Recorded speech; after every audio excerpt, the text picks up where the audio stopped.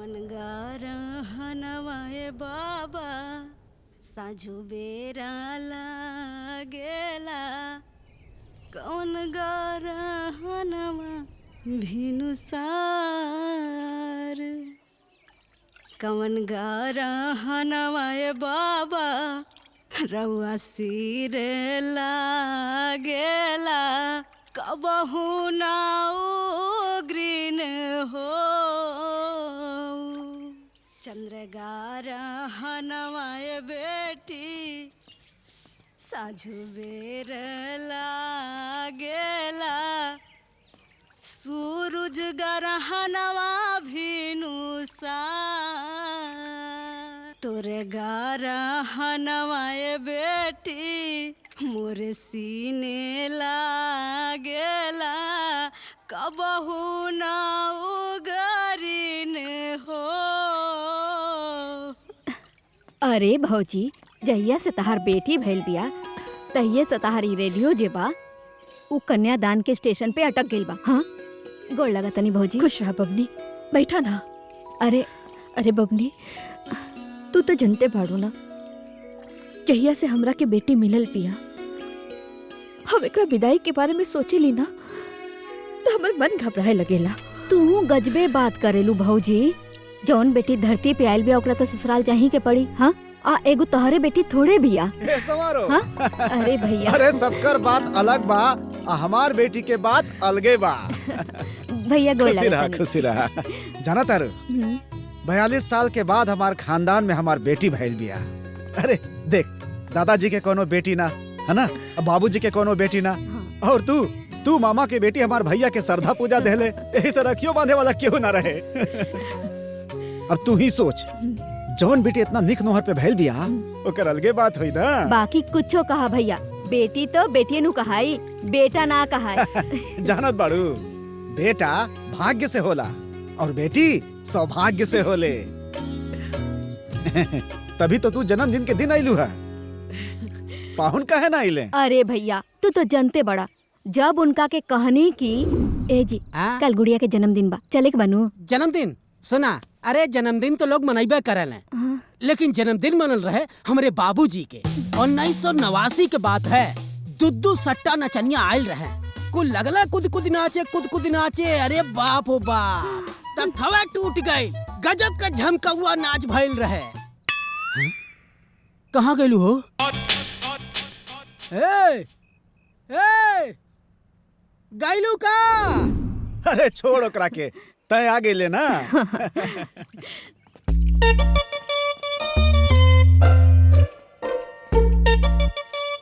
प्रणाम जीजा जी। अरे खुश रहा। प्रणाम दीदी। खुश रहा आवा। चला चला गोड़ लागला। वाह वाह वाह। खुश रहा। अरे खुश रहा बेटा। गोड़ लागल बानी। खुश रहा खुश रहा। गोड़ लागल बानी जीजा जी। हाँ जी खुश रहा। अरे ई का? अरे धान कुटाल लाल तो सोचली एक बोरिया चावल लेने चली। अरे ते ठीक बा, बहन के घरे खाली हाथ थोड़े ना आवल जाला। और ई का तोहार मेहरारू तो तोहरा के कूली बना देलस।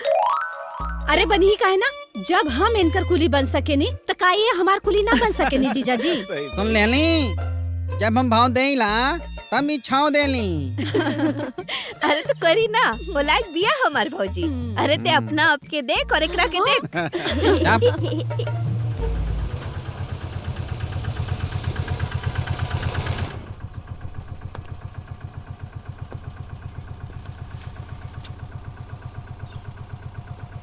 अरे हमारी मेहरारू को छोटकी बहन। अरे लगा तो पाहुन आ गइले। बड़का जीजा आ गई ना। आवा चल। अरे कितना भइल बाबू? 50 रुपया। हाँ 50 रुपया। प्रणाम जीजा जी। अरे प्रणाम प्रणाम। खुश रहा। अरे वाह वाह वाह, पूरी मंडली पूरा परिवार एक साथ प्रणाम करता नहीं। हाँ खुश रहा बाबू खुश रहा। अरे शरीर बुढ़ी हो गई बा, लेकिन साल में एक दिन गुड़िया के जन्मदिन आवेले ना, अपने आप को रोक ना पाए। रघुओ बेटी है ना। हाँ वो तो है। अरे रुका अच्छा ठीक बा, आप लोग चली। हाँ चलो हम देता नहीं। चला आओ बेटा आओ। वाह हाँ चल।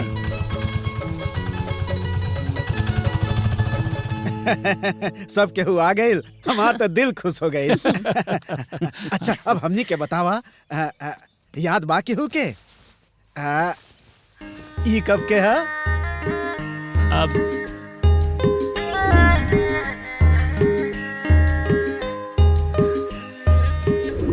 भैया जब वो 5 साल के रहे, हमरे गोदी में तो रहे हूँ। बहुत सही। ई बतावा, ई कब के है?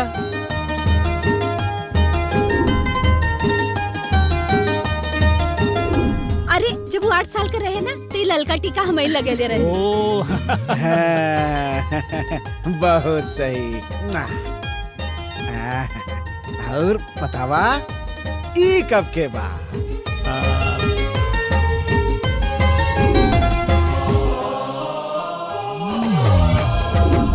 ये जब वो 12 साल के रहे। बहुत सुंदर। तुम्ही लोग के तो सब याद बा। अच्छा अब ई बतावा, ई कब के है?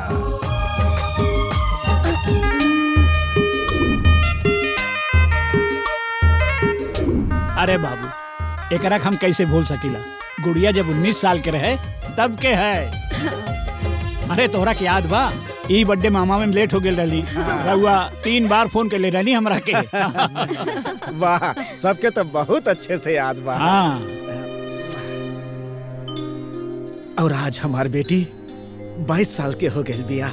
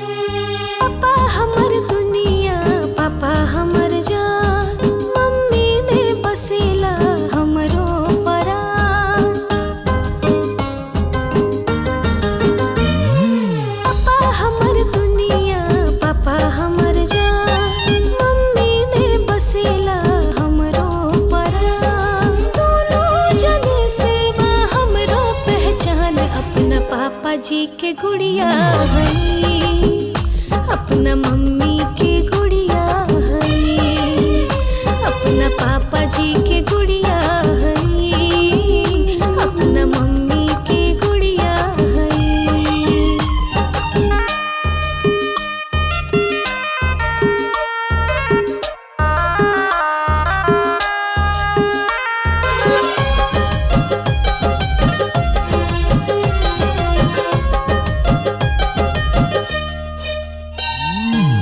हरदम हमरा पर पापा के रहेला आशीर्वाद हो, हमरा खातिर सब कुछ पापा बाटे सब ओकरा बाद हो। भाग निमन बाकी माँ के बेटी है, इतना भर भर के नेह मिले ना कहीं। पापा जी मंदिर, पापा जी भगवान, अपना पापा जी के गुड़िया है, अपना मम्मी के गुड़िया है, अपना पापा जी के गुड़िया है, अपना मम्मी के गुड़िया है।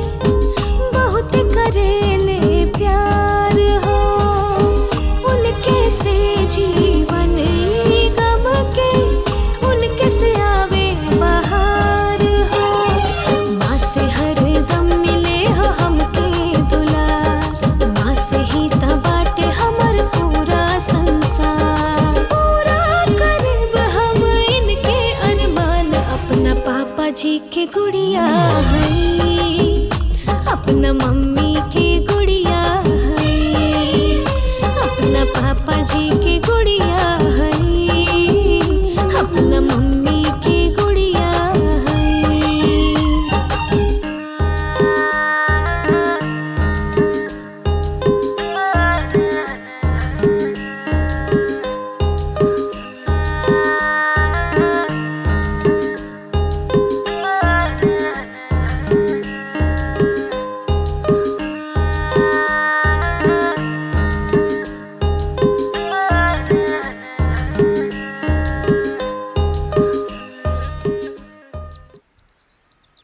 गैया दान कैनी बाबा, बछड़ुआ दान कैनी, हमके दान करे से पहले घर में लुकाईनी।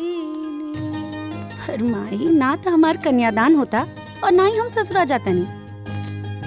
हम तो खाली लखनऊ जाता नहीं एग्जाम देवे खातिर। हम जानत तानी। तो रोत काहे बाड़ू? अरे नखरा करत अरिए बाबी, वो तारा जन्मदिन पर। बुआ ए बबनी, तू तो जानत तारू ना, जब भी हमरा से दूर चाले तो हमरा लागे लागे एकर विदाई होता।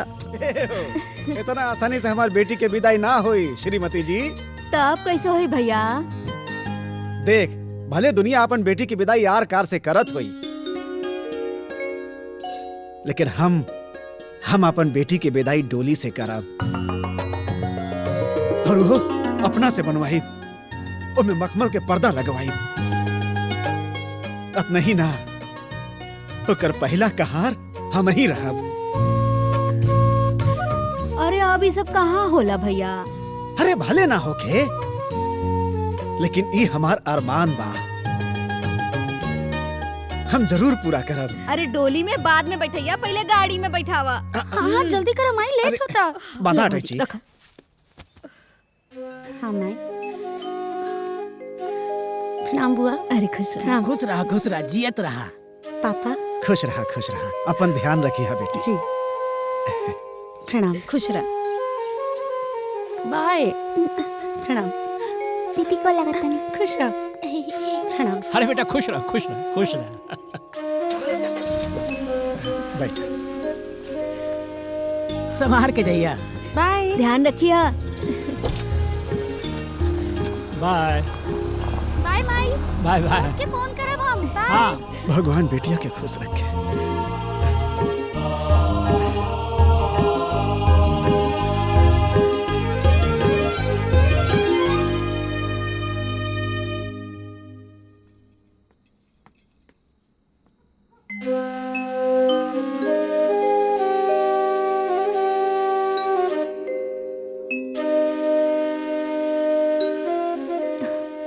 कहा भइल भैया, काहे ऐसे उदास बैठल बड़ा? अब का कहीं, बबुनी के जाए के बाद से घर सूना हो गए, कुछ अच्छा नहीं खेला था। यही से तो तारा के कहता नहीं कि ओकरा से इतना नेह मत लगावा, ना तो ओकर जुदाई तारा से बर्दाश्त ना हुई।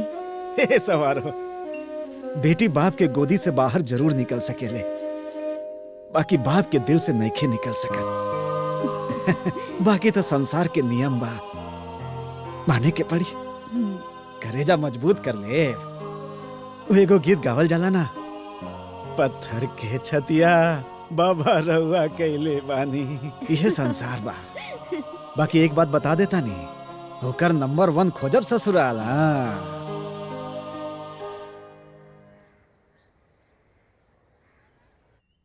ये है इस शानदार घर के जानदार मालिक बिट्टू के पापा जी। बहुत अच्छे इंसान हैं, बहुत खुशगवार और बहुत मिलनसार और बहुत ही खुशगवार आदमी।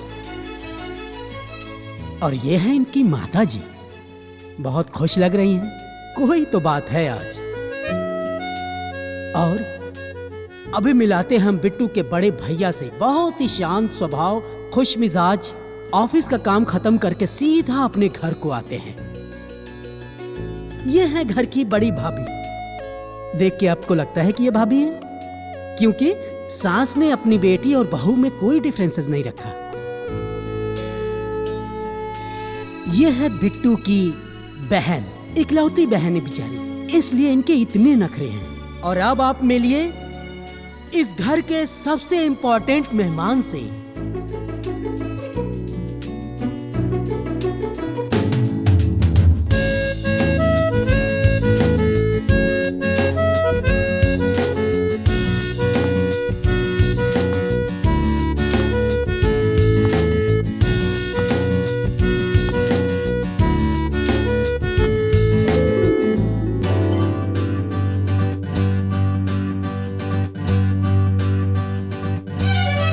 Madam hello.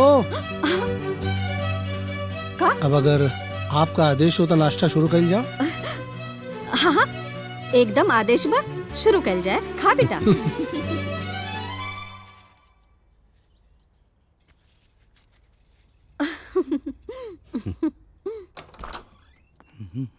अरे देवर जी, हाँ भाभी। केहू पसंद आयल की नहीं खे? ना अभी तो ना, बस कोशिश जारी बा।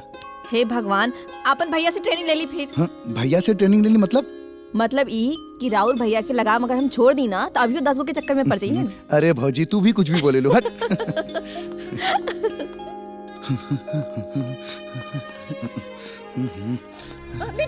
हाँ माँ। भैया के बिहा भइल 4 साल हो गई। अरे कबले दूसर के शादी में गाय बजाई? मतलब तोरा के कोनो लड़की नहीं मिलता? हाँ। तो हम खोज दे। माँ तू भी।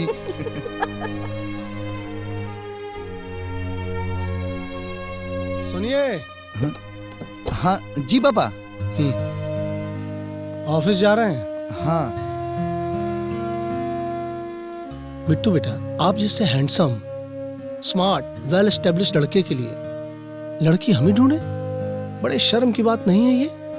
शर्म की बात तो है पापा, पर हम क्या कर सकते हैं? खोजिए। करना क्या है, खोजिए। जी ट्राई तो कर रहा हूँ, पर मिलनी भी तो चाहिए ना।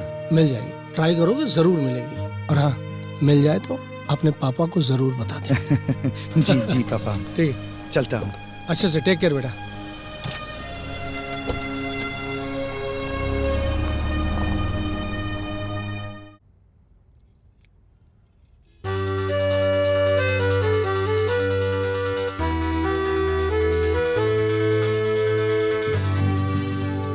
पसंद आया मैम आपको? नहीं। कुछ और कलेक्शन है क्या? इससे भी अच्छा कलेक्शन है, दिखाता हूँ आपको। आपका स्किन फेयर है, इसमें शायद आपको कुछ पसंद आए। जी।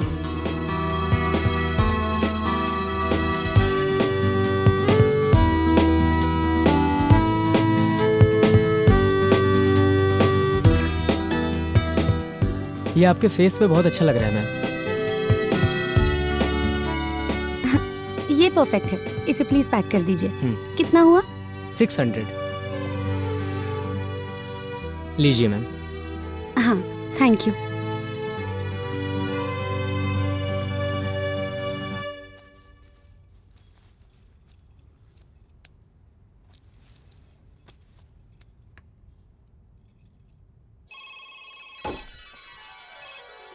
हाँ बेटी। हाँ पापा जी, चश्मा खरीद लेनी। अच्छा, चश्मा पहन के तो हमार बेटी बहुत सुंदर लागत हुई। वो तो बेटी के पापा जी ही देख के बताइए। हाँ, तो एक काम कर, चश्मा पहन के अच्छा अच्छा फोटो खींच के जल्दी से हमरा के भेज। अच्छा ठीक बा, भेजा तानी। भेजा भेजा।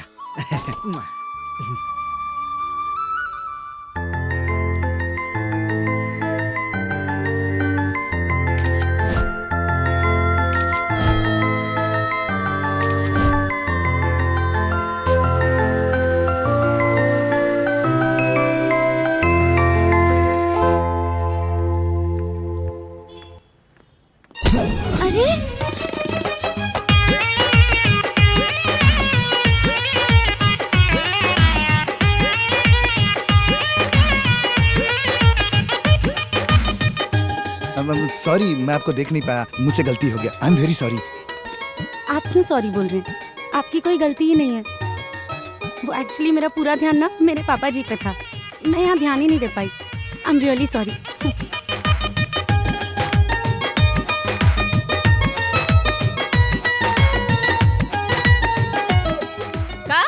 रउआ एगो लड़की से टकरा गई नी। झूठ तो नहीं के बोले तानी ना।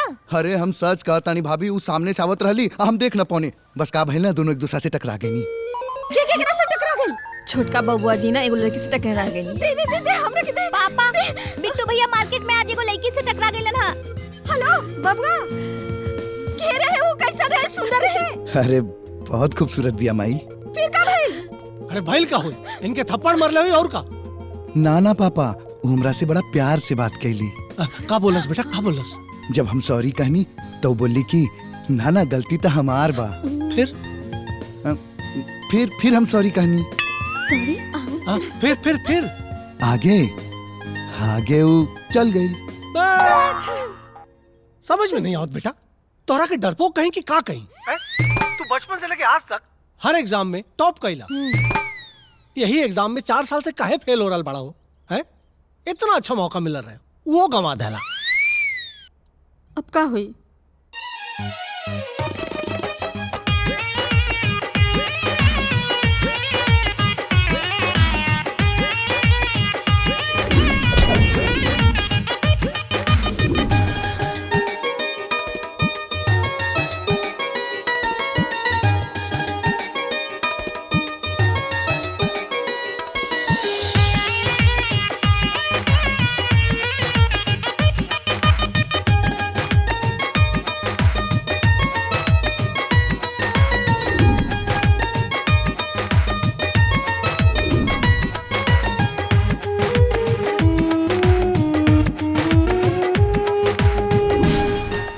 सॉरी बोल रहे हैं, आपकी कोई गलती ही नहीं है।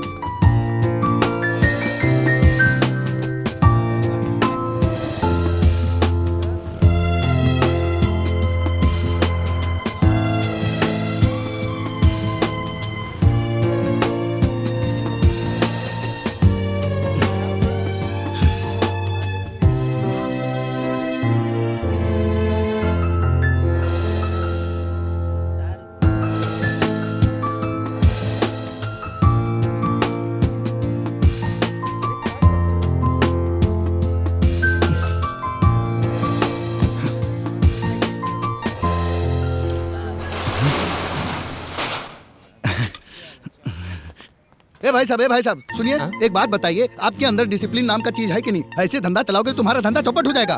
कब से मैं यहाँ वेट कर रहा हूँ। एक बात बताओ, मुझे लगता है कि तुमने बैंक से कोई लोन लिया है और लोन नहीं चुका पाओगे, धंधा चौपट हो जाएगा। तुम तो हाथ उठा दोगे कि मैं तो दिवालिया हो गया। भाई अरे कोई सेंस नाम का चीज है कि नहीं? भाई साहब, आप हैं कौन और तब से ही सुनाए जा रहे हैं? अरे ये मेरी ही दुकान है, मैं इसे पहले खोलूं या बाद में खोलूं या नहीं खोलूं, मेरी मर्जी। आपको क्या प्रॉब्लम है? कब से सुनाए जा रहे हैं बिना विकेट पे बोलिंग किए जा रहे हैं? दरअसल आपसे एक इन्फॉर्मेशन चाहिए था मुझे। मैं आपको सीबीआई वाला लग रहा हूँ? नहीं तो वो क्या है कि वो इन्फॉर्मेशन सिर्फ आपके पास ही है। तो प्यार से पूछिए ना भाई साहब। हाँ, वो क्या है कि कल आपके दुकान पे सुंदर सी क्यूट सी लड़की आई थी, क्या उसका फोन नंबर एड्रेस कुछ है आपके पास?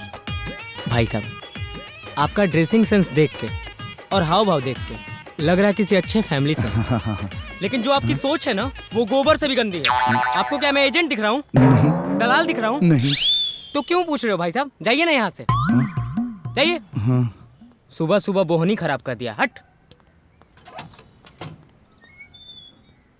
बेटा, हम तोरा के गधा कहीं,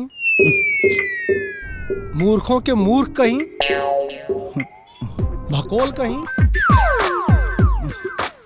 तेमें कुछ भी गलत ना हुए। तू चश्मा की दुकानिया पे का करे गए लाला? अरे पापा, हम उनका से मिले खातिर ही दुकान पे आयल रहनी। अरे ओके, चश्मा का दुकान खोले क्या का है? जौन रोज रोज वहाँ आई, तोरे पास तनिको सेंस ना का? ऐसा कोनो बात नहीं के पापा, सॉरी। What sorry? दीवानगी में तोरे दम नहीं खे बेटा। ना ऐसा कोनो बात नहीं के, दीवानगी में दम बा पापा। ऐसा बात है। अगर तोरे दीवानगी में दम होत ना तो तू दुकान के चक्कर ना कटता, गली के खाक छनता। अरे आशिक लोग गलियों की खाक छानते हैं बेटा, दुकान के चक्कर नहीं लगाते। ठीक है जी पापा। जाओ, मौके को चूकना मत। ऑल द बेस्ट। हाँ।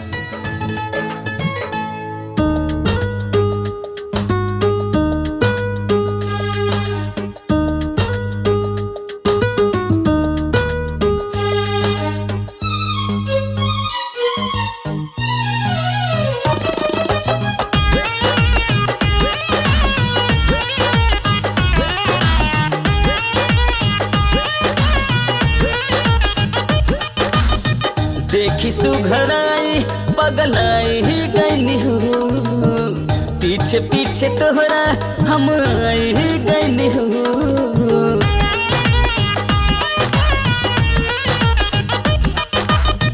देखी सुघराई पगलाई ही गईनी हूँ, पीछे पीछे तोहरा हम आई ही गईनी हूँ। अखियाँ में जादू बाके रूपवा भगवान बने तोहरा के धनिया, माटी चलनी में चाल के। गल भगवान बने तोहरा के धनिया, माटी चलनी में चाल के।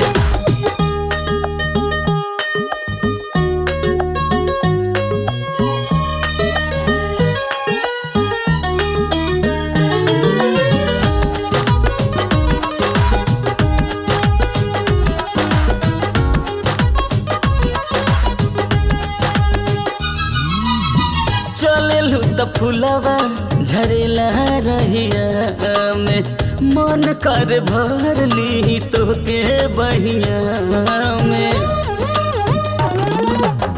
चले त फुलवा झरेला रहिया में, मन कर भर ली तो के बहिया में।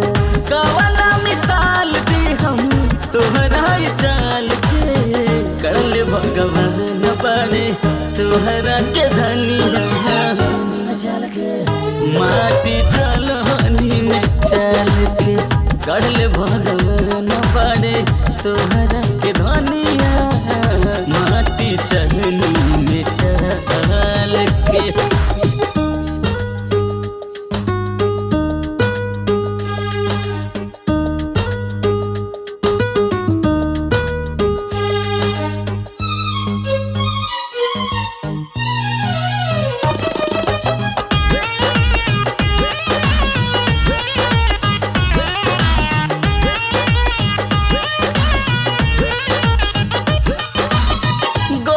सुकून बाटे तोहरा दीदार में, पहिला नजर में हम डूब गईनी प्यार में। गजब सुकून बाटे तोहरा दीदार में, पहिला नजर में हम डूब गईनी प्यार में। राखी अपन दिल के हूँ कैसे संभाल के, कर भगवान बड़े तोहरा के धनिया, माटी चलनी में चाल के। गल भगवान बने तोहरा के धनिया, माटी चलनी में चाल के।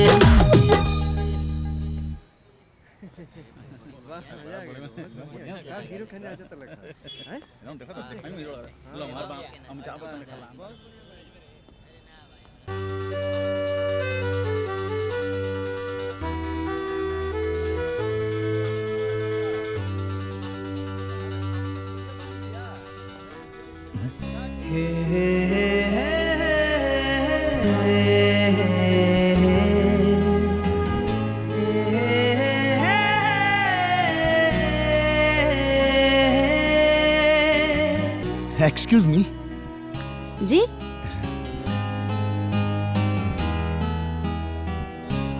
गाड़ी रुक, गाड़ी रुक, रुक रुक रुक रुक रुक। कहिए, कुछ प्रॉब्लम है? नहीं नहीं, प्रॉब्लम कुछ नहीं है। दरअसल मुझे आपसे कुछ कहना था। हाँ तो बोलिए। कैसे कहीं कैसे कहीं कहिए। मुझे आप बहुत पसंद है, मैं आपसे शादी करना चाहता हूँ।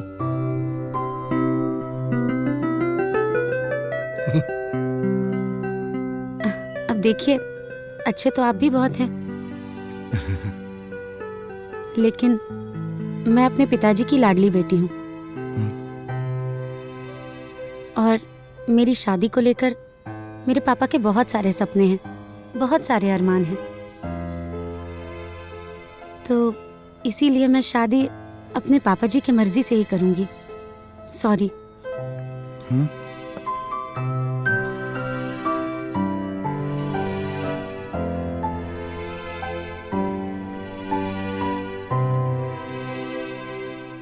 मालिक ई कहा कड़वी यादें बहुत बा, एगो अच्छा सा किस्सा हो जाए, खाई ना कुछ मीठा हो जाए। काहे खाला काहे कि हम तो बियाह तय कह देले बानी। देखा बिट्टू, हम तोरा के बहुत मौका देने लड़की खोजे खातिर, लेकिन फाइनली तू ना खुश पौला, तब हम तोरा खातिर लड़की खोज ले बानी। लेकिन पापा हम लेकिन कुछ ना, संडे के चले के बाद लड़की देखे तैयार रहिए। हाँ, मिठाई खिया दो इनके। हाँ? मालिक है अच्छा, ये देख, ई हरा बात तो इमे चल जाई। हाँ? और ई तो ये में जाता, ई पिहर का वाला समझ में ना आता। अरे हाँ हाँ, ई देखा, ई अच्छा लगता। हाँ? ई हम का सुन रहल बानी, तू लोग हमरा से बिना पूछले हमार बियाह तय कर देला। हाँ, और इतवार के हमनी के लड़की देखे के जाए के बा। आई ओकरे तैयारी चला था। भैया प्लीज डिस्टर्ब मत करी। ये तो अच्छा लगा।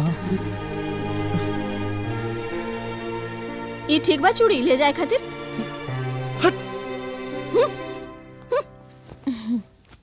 हॉस्पिटल गई रहनी ना? हाँ, गेल रहनी अम्मा जी के साथ है। का बोलनी डॉक्टर साहब? डॉक्टर साहब कहनी है कि बच्चा तो 3 महीना के बा, लेकिन बड़ा एक्टिव बा। भाभी भाभी, घर में सब का चल रहल बा? आप का भइल देवर जी? ये लोग मिलके हमार बियाह कहीं और करावल चाहता रहन, और हम केहू और लड़की के पसंद करेनी। तो के भूल जाई? हाँ, भूल जाई, कैसे भूल जाई? भाभी हमार बात समझे की कोशिश करे ना, वो लड़की बहुत खूबसूरत बिया। अरे तो बाबूजी बतावत रहन है कि इहो लड़किया बहुत सुंदर बिया। तू हमार बात काहे ना समझा तारू? कुछ दिन खातिर ये लोग से हमरा के टाइम दिलवाता, हम कैसे भी करके उनके मना ले। सुना? हाँ, ये पापा जी के फैसला है, और तोहरा अच्छा से मालूम बा पापा जी के फैसला केहू ना बदल सकेला। अब जा, कल जाए के तैयारी करा। सुनतानी जी, पहले हमनी के बाजारे जाई बा, बहुरिया खातिर ढेर सारा सामान लिया के बा।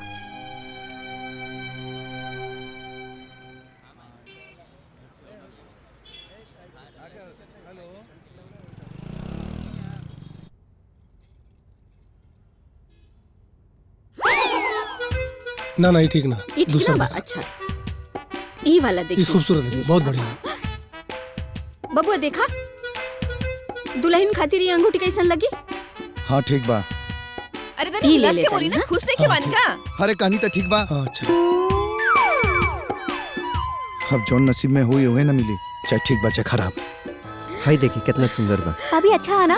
हाँ, बहुत सुंदर साड़ी बा। हाँ, डिजाइन भी अच्छा बा। देखी ना, ले ली। अरे हमरा से का पूछा तू लोगन के जौन पसंद आवे तो ले ला।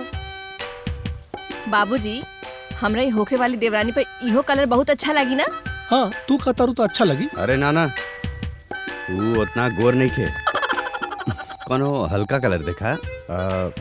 हाँ, हाय देखा, ये ठीक रही।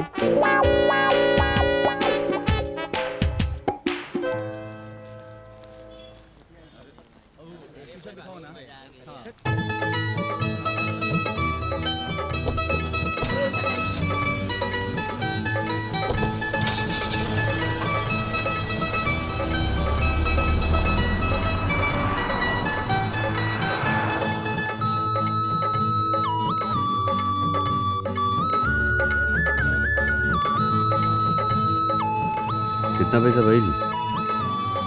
हाई ली भैया। हाई रख ला। घी की बनी मिठाई, मिठाई में खुशबू आई है। लड्डू पेड़ा लेके चलिए, आज मेरे भैया की सगाई है। चलिए जी।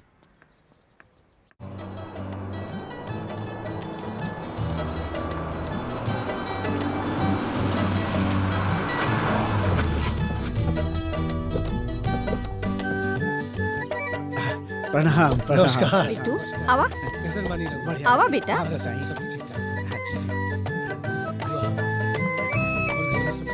बढ़िया सब। नमस्ते। नमस्कार नमस्कार। ये हमार परिवार, हमार सुख के आधार, हमार धर्म प्रणाम। पत्नी जी। प्रणाम। ये हमार बड़का बेटा प्रणाम। बहू प्रणाम। नमस्ते। वो हमार बिटिया नमस्ते। और ई राउर होके वाला दामाद। नमस्ते।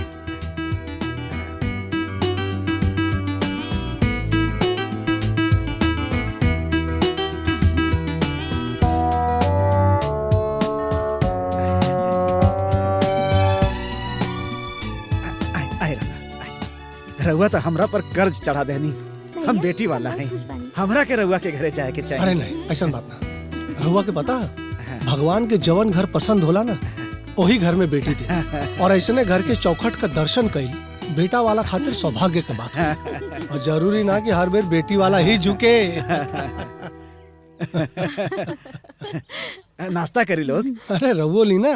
अरे समधी जी, रहुआ राजा दशरथ के रूप में हमरा घरे आयल बानी। राहुल सेवा हमार फर्ज बा। ली नाश्ता ली। अरे तकलीफ काहे करता नहीं आप? ली ना। शुरू करी बेटा। ला ना ठीक बा माई, तू ला। ली ना हम बाद में खा ले। खा ली। हाँ हम बाद में खा ले। अरे खा ली ना। खाई ना रहुआ।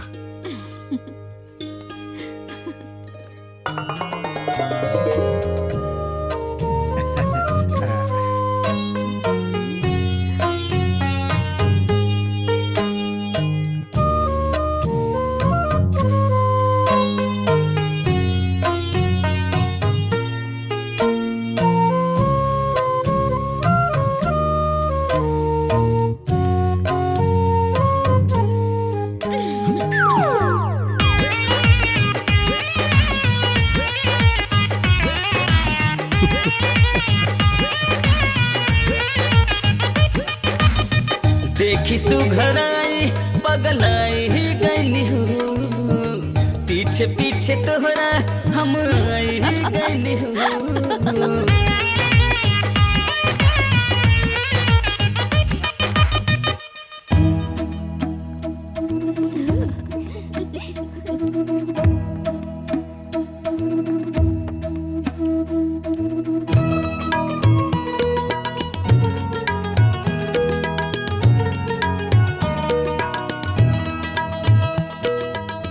वाह, इतना सुंदर लक्ष्मी जैसन बेटी कहाँ छुपा के रख ले रहनी समधन जी। देख के मन विभोर हो गई। तनी पकड़ा बेटी। जी दी है।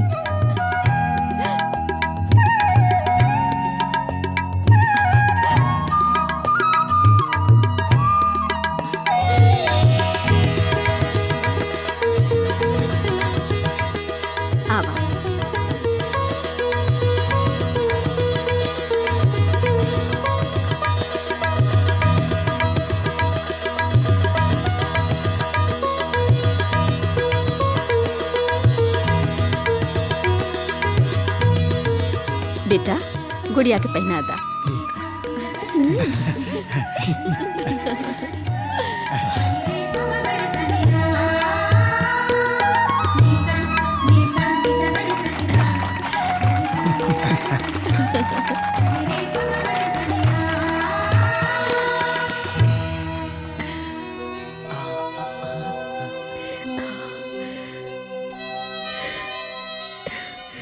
ला पहना था।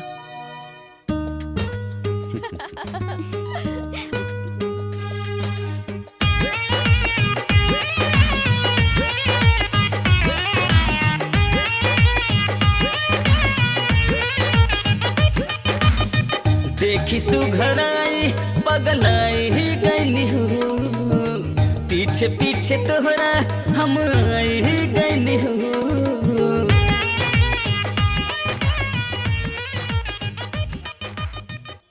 मेरी मम्मी और मेरे पापा जी मेरे लिए इतने ज़्यादा इम्पोर्टेंट क्यों हैं? ये बात आपको आज पता चली गई होगी। जी, लेकिन आप मेरे लिए बहुत इम्पोर्टेंट हैं। और ये बात मेरे पापा को कैसे समझ में आई, ये बात मैं नहीं समझ पाया। ये बात तो आपको वही बता सकते हैं।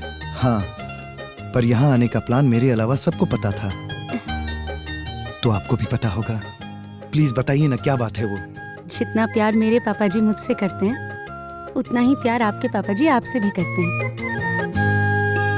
तो उस दिन जब मैं आपको मना करके वहां से निकली तो उसके बाद। बेटी जरा सुनना। जी प्लीज सर, कॉफी पियो बेटा।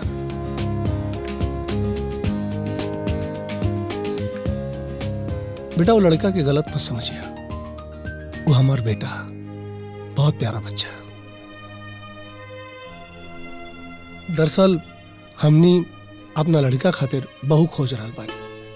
दरअसल हमनी एक ऐसा लड़की खोज रहल बानी जवन हमारा बेटा के साथ साथ हमारे पूरे परिवार के भी प्यार और सम्मान दे। सच कहीं तो हमनी बहू ना बेटी खोज रहल बानी, काहे कि बेटा भाग्य से और बेटी सौभाग्य से मिले ले। जानत बाड़ू, बेटा भाग्य से होला और बेटी सौभाग्य से होले। अंकल, हमार जीवन हमरे पापा जी के अमानत है। हमार खुशी ही हमरे पापा जी के जीवन के आधार है। हम अपना कोनो भी बात से पापा जी की ठेस नहीं की पहुंचा सकत। अगर वो उचित समझी तो उन्हीं से बात कर ली। और फिर बस आपके पापा जी और मेरे पापा जी में बात हुई और सबका यहाँ आने का प्लान बन गया। पता है, यहाँ आते वक्त मेरी हालत इतनी खराब थी जैसे आज मेरी दुनिया ही खत्म हो जाएगी। पर जब आपको देखा तो बहुत सुकून मिला।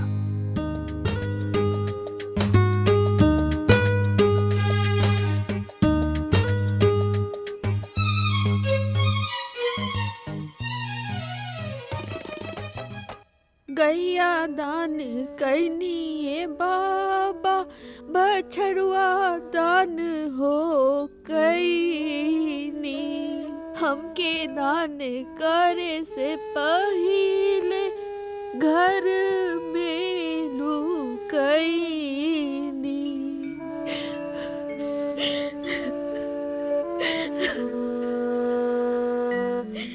हे गुड़िया के माई, ई का भाई का भेल समधिन जी? काहे रोवतानी? मत पूछी समधिन जी, ये गुड़िया के विदाई के सोच सोच के कन्यादान के गीत गा गा के रोवेली। आई देखा होता नहीं, आई देखी, ये देखी, ऐसा कोनो तीज परब ना हुई कि इस साड़ी ना खरीदले हो खियन। बाकी सब कपड़ा बेटी के झापी खातिर बक्सा में रख देली। अब हम अपना पागलपन दिखाई। आई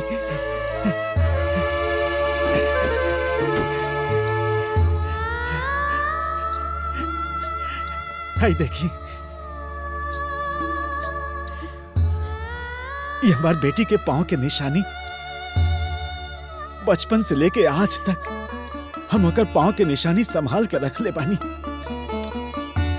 और ये हमार अरमान बा, और ये पागलपन हम तब तक करब जब तक हमार बेटी डोली चढ़ के ससुराल न चल जाए। काहे कि हमार बेटी हमार दुनिया देलस। मास्टर जी, राउर हर अरमान पूरा हुई। बस हमार और हमरा पत्नी का भी एक इच्छा जो रउआ से शेयर कर चाहता। मास्टर जी, हम ही चाहता नहीं कि गुड़िया के ब्याह में जितना भी खर्चा हुए ओकर आधे का हिस्सेदारी हमार हुए। देखिए, हमरा बात के अन्यथा मतलब गुड़िया हमार बिटिया ही और हमरा और बोझ कम कर चाहता है।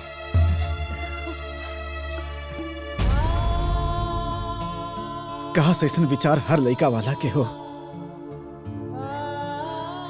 बाकी हमरा लगे जौन कुछ भी है सब हमरा बेटी के बा।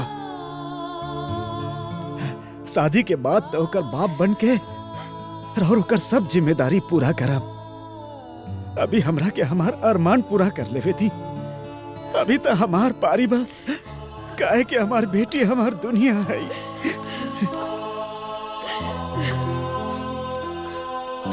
ठीक बा, जैसन रहो रे अच्छा। अरे बिल्कुल बारात और रात का टेंशन मत ले बा। अरे कोशिश करो कि कम बारात लेकर आए। हाँ और हाँ, कोनो परेशानी हो रही हमरा के फोन कर दे। इतना कम समय अरे में आप सब चिंता मत। चलते नमस्कार। ठीक बा। प्रणाम। चलिए।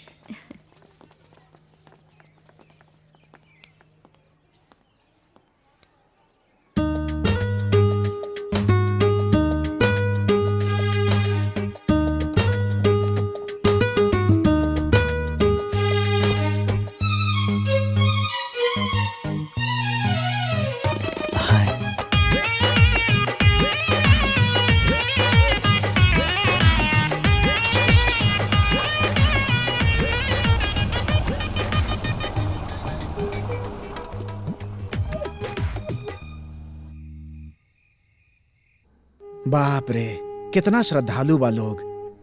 बात विचार व्यवहार देख के तो हमार दिल खुश हो गए। हम सपना में भी ना सोच ले रहनी कि इतना सुंदर रिश्ता अपना आप घरे चल के आई। उन लोग के देख के हमरा के भरोसा हो गए कि अपना ससुराल में हमनी की बिटिया के हमनी के कोनो कमी ना खली। हे गुड़िया के माई, अरे काहे रो तारू? अरे बिटिया बिया ना, विदाई तो करे पड़ी ना। फिर अच्छा घर में जाती है हमार बेटी। ए जी, बेटी चाहे अमीर घर में जाए चाहे गरीब घर में, बकिर अपना माई बाबूजी के घर छोड़ के चल। अब हमार बेटी भी हमारा घर में कुछ दिन के मेहमान बा। अरे विदाई भइला से बेटी से रिश्ता थोड़ी ना खत्म हो जाई। तोरा के जब मन करी हमरा से कहिया, भेंट करा के ले आई। ठीक बा, जा बिछौना करा।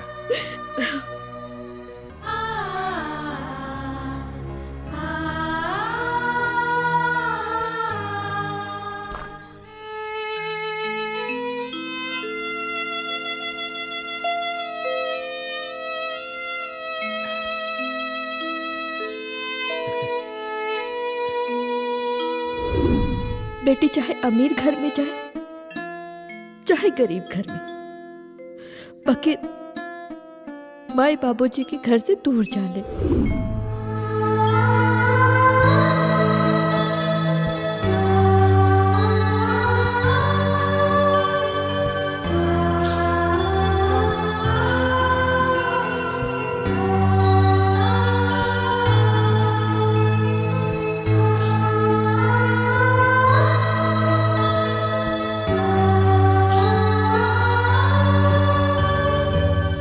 यही से तारा से कहले रही कि एकरा से ढेर नेह मत लगावा,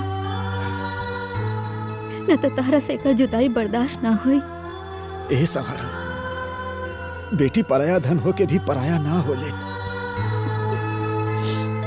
अरे यही से तो हंस के माई बाप से बेटी के विदाई ना होला।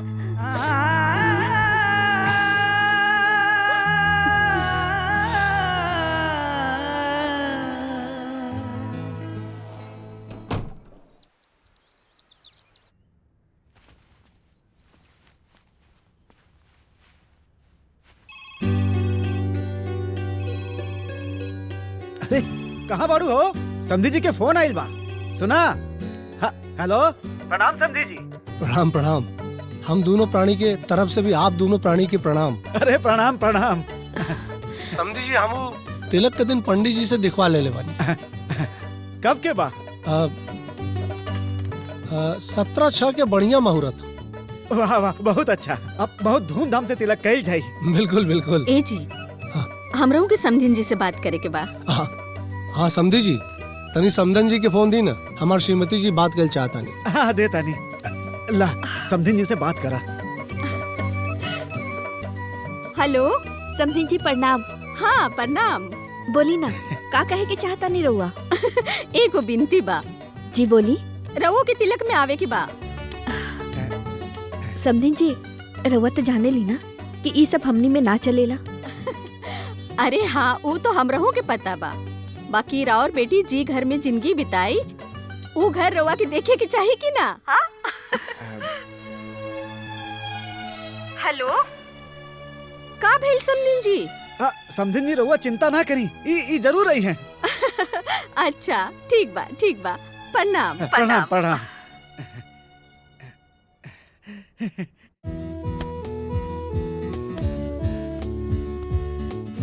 ला दे। अरे माई, अब इनमें जगह कहाँ बा कि और ठूसा तारू? अरे अभी इनमें बहुत जगह बा, 100 गो साड़ी और आ जाई। अरे पर एक गो तो हम बानी, इतना सारा साड़ी का होई? अरे पगली, ये खाली तोहरे पहने खातिर थोड़ी ना बा। अरे वहाँ पे हितनाथ बा, गाँव जवार, पौनी परासर सब में बटाई ना, तब तोहार बहुत बड़ाई हुई। और तोहरे माई बाबूजी के भी, ये सब तोहरा ना बुझाई। तला इहो ठूस दा। हाय ले पकड़। भौजी हो, गुड़ियावा के तब निमन बर मिल गई, ब्याह तय हो गई, तो कुल देवी के मन्नत काहे नहीं उतारत? अरे बबनी, वो हम कैसे भूल सके नी? हा, कौन मन्नत माई? बतावा तानी।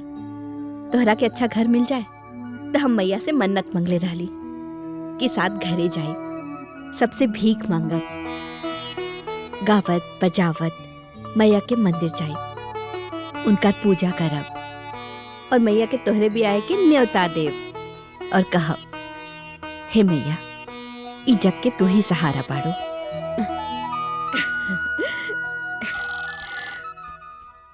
अरे बुआ, तनी फोन देखी था। अरे रुका, हम रखा तानी ना। अच्छा, ठीक बा। के बा? अरे का जाने के बा। हेलो, ए जी के बोला था? हेलो, हेलो, अरे बोल ना रे मुझौसा। अरे गूंगा बड़े का रे? केकर फोन बा बुआ? का जाने कौन बा, कुछ बोलते नहीं खे। हेलो, अरे बोल ना, तो फोन में अभी घुस के तार दांत तोड़ दे। रख फोन, रख। अरे तो पूरा इज्जत के फालूदा कर देली। कह रहे हैं बबनी? का जाने के रहे, कुछ बोलते ना रहे। घरियो सुन लेलस। ला चाय ली, लेहल जा, चाय लेहल जा। सुना बाबू, एक एक रस्म के बढ़िया से वीडियो बनावे के बा। कब आजी मास्टर जी? माड़ो मटकोर से विदाई तक, कहे से कि यह तो यादगार रह जाला। एकदम। कल सुबह आके बयाना ले जाइए। ठीक। हाँ, रउआ कहीं? मास्टर जी कितना आदमी के खाना बनावे के बा? घराती बराती मिलके 700 हो जाई। 700? हाँ। काका बनावल जा मास्टर जी? अरे कोनो कमी ना होके के चाहिए। तरह के जितना चीज लिखाए के बाद लिखा दी, ठीक बा? खाना खा के लोग यह कहे कि मास्टर जी की बिटिया के ब्याह में कमाल के खाना बनल रहे। ठीक बा मास्टर जी, रुआ के शिकायत के मौका ना दे। बाकी एगो बात बा, पूरी एकदम गरम गरम चले के चाहे, ना तो ठंडा होला पे चमड़ा जाला। सही कहा। एक काम करिहा, दही डाल के बढ़िया से खस्ता कचौरी बनैहा। अब पूरी कैंसिल। ठीक। पूरी कैंसिल जी। तू बिजली वाला हवा ना बाबू? जी मास्टर साहब। अच्छा एक काम करिहा, द्वार से लेके समियाना तक पूरा रोलेक्स खिंचाए के चाहिए। जी मास्टर साहब। मारो तो एकदम जगमग करे के चाहिए, काहे कि जब हमार बेटी के कन्यादान होई ना, तो लोग कही कोनो राजकुमारी के कन्यादान होता। ठीक बा? अपना अपना लिस्ट बनाए लोग, लिस्ट बनाई। हमरो बना दो। दी सटा के कागज दी। हाँ दी सटा के कागज दी। हाँ ली। हाँ हाँ हयो ली। वाह जी। का लिखल बा? 5,000 5,000? चला। अरे पापा जी, कम से कम सांस तो ले ली। कि चाय देखी परल ठंडा हो गई, ये सब ओकरा बाद भी तो हो सकेला ना। अब का करी बेटी, तोहरा ब्याह के जितना सपना बा, जितना अरमान बा, वो सब पूरा करे के बा।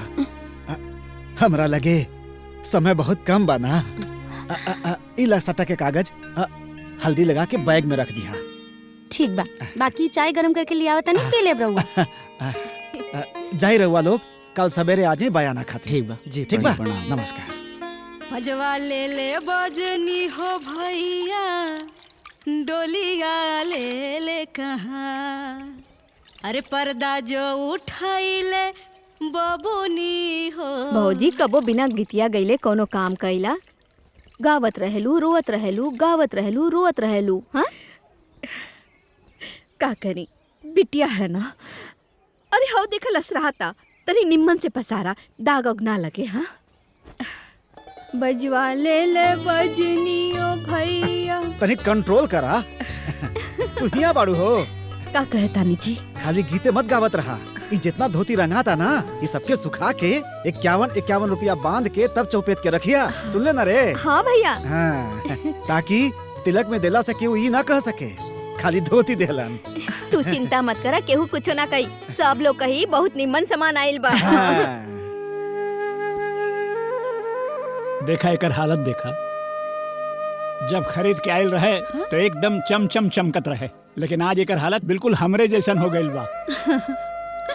जैसे हम बुढ़ा हो गइली वैसे यह ससुर बुढ़ा हो गइल। अच्छा, तो पाहुन एजा बड़न।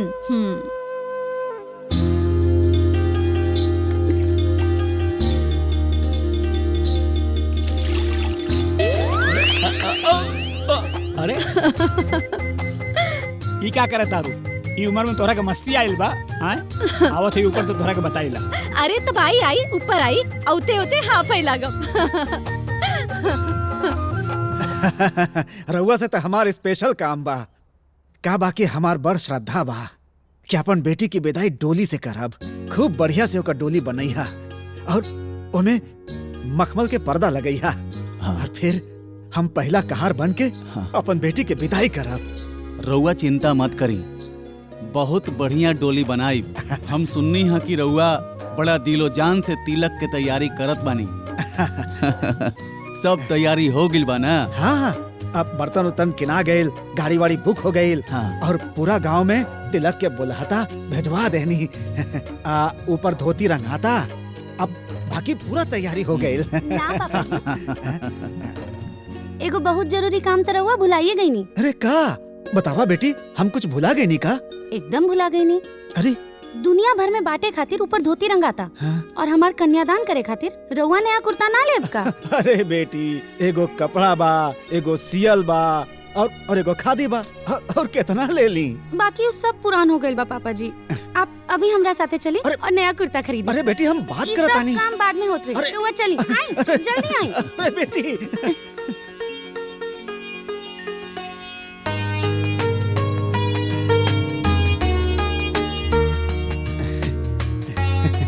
आप अच्छे लग रहे हैं गुरुजी। अच्छे नहीं, बहुत अच्छे लग रहे हैं पापा जी। रउआ एकदम राजेश खन्ना लागता नहीं। तो अब फाइनल हो गया, ये वाला आप तिलक में पहनेंगे और ये मैं मेरी बेटी के कन्यादान में पहनूंगा। अच्छा, तुम्हारी दुकान में विदाई का जो सबसे अच्छा कपड़ा है वो दिखाइए। अरे पापा, अभी एकर कौन जरूरत है? अरे हमरा लगे टाइम नहीं खे ना, एक एक काम हो जाए तो टेंशन ना रही। ये देखिए। हाँ दिखाइए। ये अच्छा नहीं है, दूसरा दिखाइए। जी।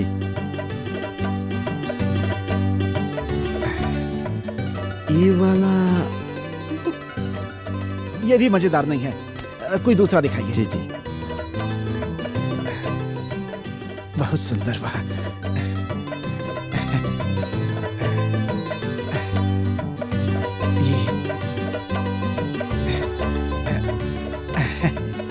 हाँ, ये बहुत अच्छा है।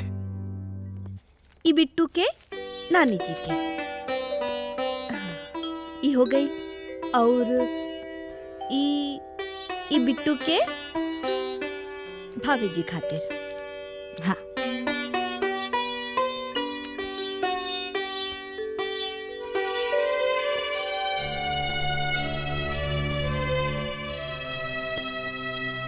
और ई कपड़ा, हाँ, ये बिट्टू के छोट बहन खातिर।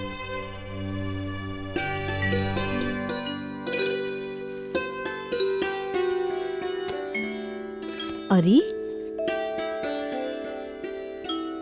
हमरे समधिन जी खातिर।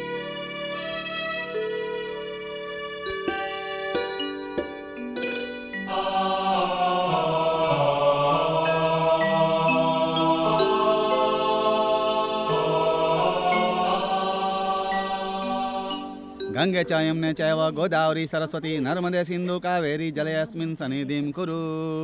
मंगलम भगवान विष्णु मंगलम गरुड़ध्वजः मंगलम पुंडरीकाक्ष मंगलाय तनोहरि। कर्पूर गौरम करुणावतारम संसारसारम भुजगेन्द्रहारम सदा वसंतम हृदयारविंद्रे भवम भवानी सहितं नमामि। स्वस्ति न इंद्रो वृद्धश्रवा स्वस्ति न पूषा विश्ववेदा।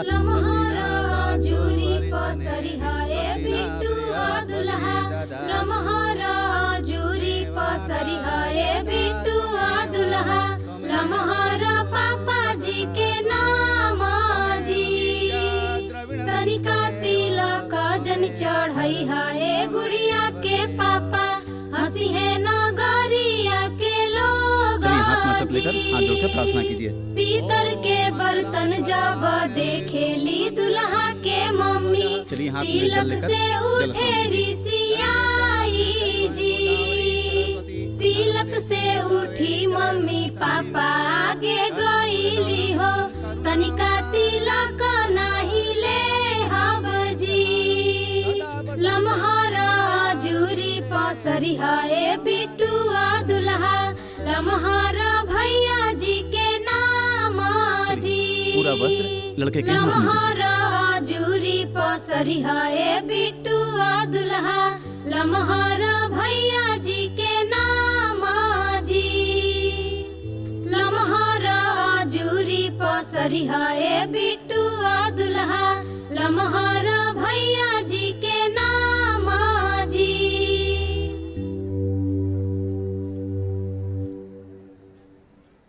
कोठा के ऊपर ऊपर पायल बाजेला आवेली कौन बहू रानी जी गोपाल प्यारे के गारी जी गोपाल प्यारे के। नहीं मोरा मन भावे राम लक्ष्मण नहीं मन भावे जटाधारी जी गोपाल प्यारे के गारी जी गोपाल प्यारे के। एक ताजे मन भावे रसिया मनमोहन रसिया उन्हों के आसन बड़ा भारी जी गोपाल प्यारे के गारी जी गोपाल प्यारे के गारी जी गोपाल प्यारे के।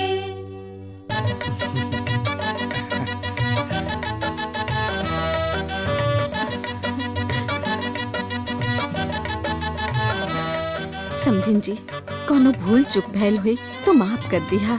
ऐसे मत कही रहुआ। अम्मा जी बढ़िया चल चल। हाँ हाँ हाँ, प्रणाम खुश रहा, प्रणाम। खुश रहा। खुश रहा जी प्रणाम। खुश रहा खुश रहा। प्रणाम प्रणाम प्रणाम प्रणाम। भूल चूक माफ करिए। रहुआ चिंता मत कीजिए। अच्छा चलता नहीं।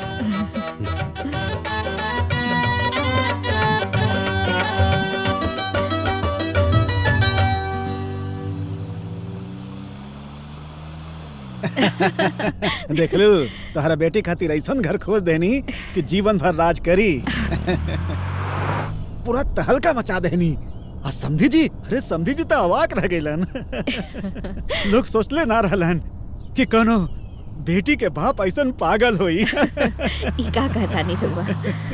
ए गुड़िया के माई, हाँ तू खुश बाड़ू ना? कोनो कमी लगी तो हमरा के बता दिया, कैसे कि हमनी के एक ही गो बिटिया बिया ना। अरे रहुआ खुदे ओकरा ब्याहे में बावला भइल बानी। अरे कौन कमी छोड़ तब न बताए। अरे बावला ना, पागल कहा पागल। एकदम सही कहता नहीं।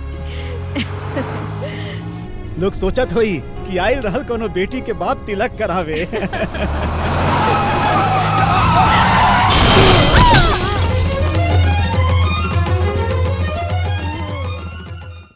का कैसे भइल?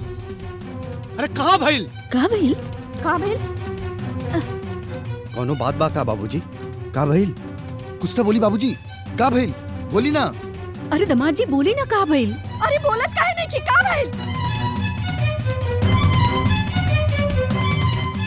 बिट्टू के सास ससुर का एक्सीडेंट में डेथ हो गई।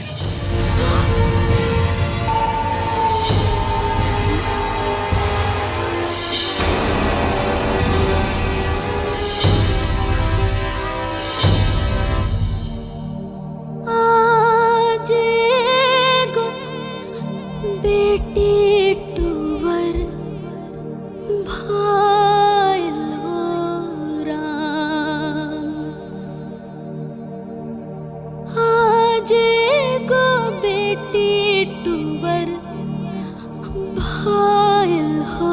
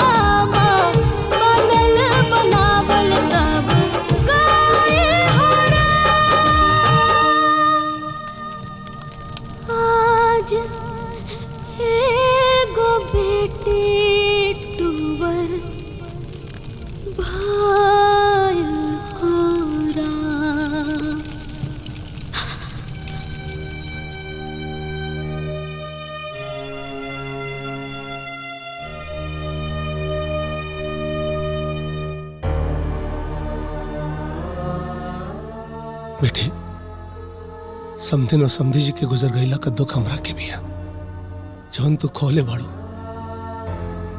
वो बच्चन खातिर बहुत अनमोल चीज होले। देखा हम वो लोगन का जगह तो ना ले सकीले, लेकिन जौन मास्टर साहब का सपना रहे वो हम पूरा करब। अगर आप लोगन का सहमति होता, हम गुड़िया और बिट्टू की शादी कोर्ट में कल चाहता नहीं। तुम्हारी दुकान में विदाई का जो सबसे अच्छा कपड़ा है वो दिखाइए। अरे पापा, अभी एकर कौन जरूरत है? अरे हमरा लगे टाइम नहीं खे ना, एक एक काम हो जाए तो टेंशन ना रही। हाँ तो अब भैया भाभी तो रहले ना, तो ई बाजा गाजा केकरा खातिर आई?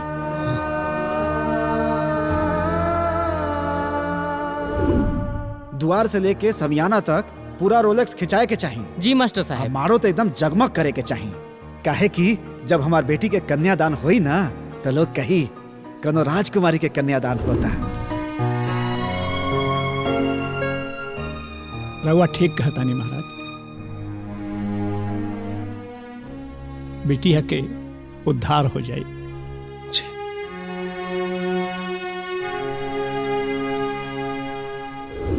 42 साल बाद हमारा खानदान में हमार बेटी भैल बिया। अब तू ही सोच, जौन बेटी इतना निक नोहर पे भैल बिया ओकर अलगे बात हुई ना। हमरा हिसाब से अब गुड़िया अपना ससुराल चल जाओ। अब सबसे बड़का काम इहे बा।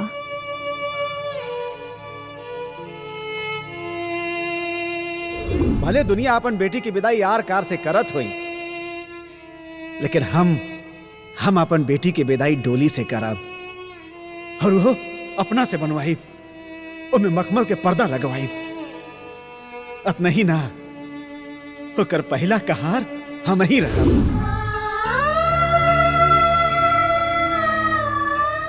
गुड़िया सुन तारू ना बेटी, अभी दुख बढ़ावला से कोनो फायदा नहीं खे। हाँ बुआ, हम सब सुनता नहीं। हमार बिया हो जाए, पापा जी के रूप में ससुर जी के पाले, हमरा हर खुशी का ख्याल रखे वाला पति पाले। बाकी हमार मम्मी पापा जी हमरा बिया के लेके जौन सपना सजवले रहे वो तो अधूरे रह जाए ना बुआ। और हमार कोनो भाई भी तो नहीं खे कि मम्मी पापा के सपना के पूरा करे।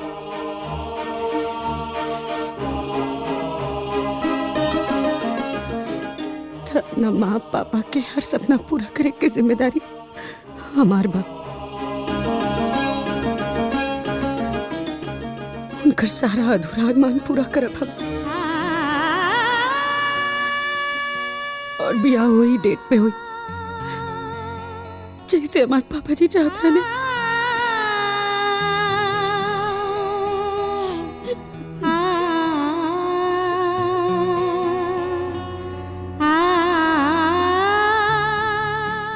ठीक है बेटा, जैसन तो हर मर्जी।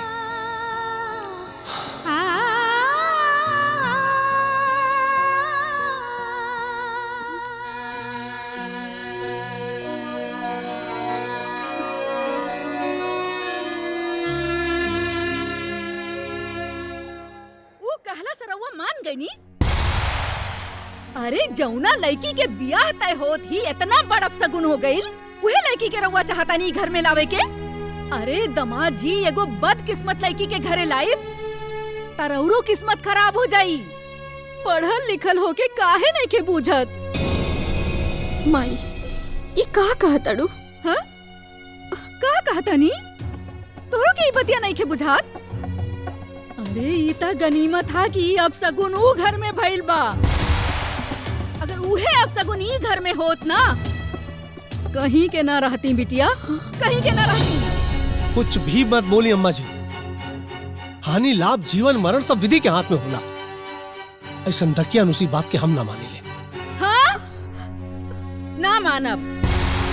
अरे आज ले कोनो बात रहुआ मन्नी है हमार, जे आज मानब। अरे जरा आंख उठा के आसपास में नजर दौड़ा के देखी गांव जवार में, जौना घर में ऐसा अपशगुन होला उ घर में बियाह ना होला। अरे जोन गांव ज्वार बोला था जे ई समाज बोलेला उहे ना कहे के पड़ी कि अपन मने से सब कुछ कह रहल बानी। ठीक बा, रउआ बहुते ना समझदार बानी, त जोन मन होके करी, जोन मन होके करी। हम आज के बाद कुछ ना बोलब, ना बोलब अब कुछ हम ना बोलब। आज के बाद ही घर में हम कौनो बात ना बोलब। करा लोग सब जोन समझ में आएगा। रवा ये बतिया तनी ठीक से ना कह सकत रहनी। रवा के तो पता बा राव ऐसन बात से माई कितना चिढ़े ले। तो जाके माई की मनावा, जाके मनावा। अरे तो माई भी हमार मने भी करम ना। मनावा जाके। ये घर में खाली दुइये लोग समझदार बना है, एक ही और एक इनकर माई।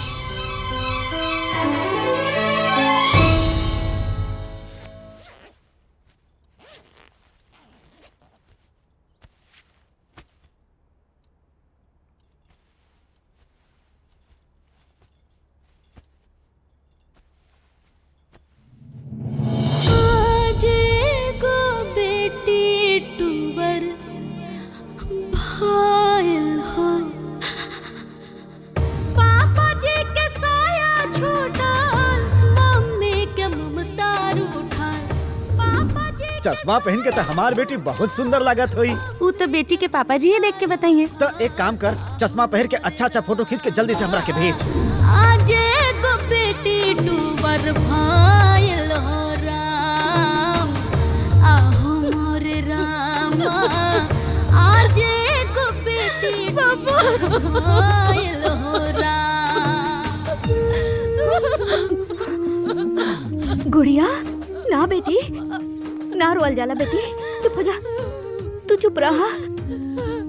तू जितना रोबू उतना ही उन लोगन के आत्मा के दुख पहुँचे। चुप हो जा, मत रोआ। अब तू तो अपना पापा के प्यारी बेटी बाड़ू ना। हाँ, तोहर पापा जी तो ये चाहत रहले कि उनकर बेटी हंसत खिलखिलात ससुराल जाओ। तू ऐसे रोबू तो उनकर आत्मा के कैसे शांति मिली, है ना? तोहरा ऊपर बहुत जिम्मेदारी बा। तोहरे पापा का मान सम्मान अरमान सब तोहरा के पूरा करेगा। मत रोवा, चुप हो जा। हाँ गुड़िया बेटा, तोहरा के मजबूत होके के बा। ये सब जीवन के हिस्सा है। यही से तोहरा के मजबूत बने के पड़ी। हाँ। अपने आप को मजबूत बनाओ बेटी।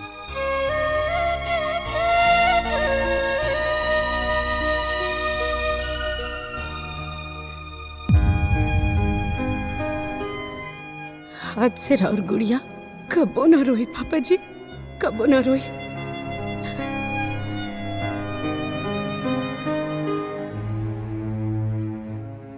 आज हमारे मम्मी पापा भले ही दुनिया में नहीं की, बाकी उनका हर सपना हर अरमान अभी जिंदा बा। रहुआ लोग तनिको संकोच न करब। जैसे जैसे हमार पापा जी सोच ले रहने सब कुछ वैसे ही होके के चाहिए। उनकर कोनो भी अरमान अधूरा ना रहे के चाहिए। अगर कहीं भी कोनो भी कमी हो गई ना तो हमरा के बड़ा दुख हुई भैया। बहन तू तनिको चिंता मत करा, शादी में कोनो कमी ना रही।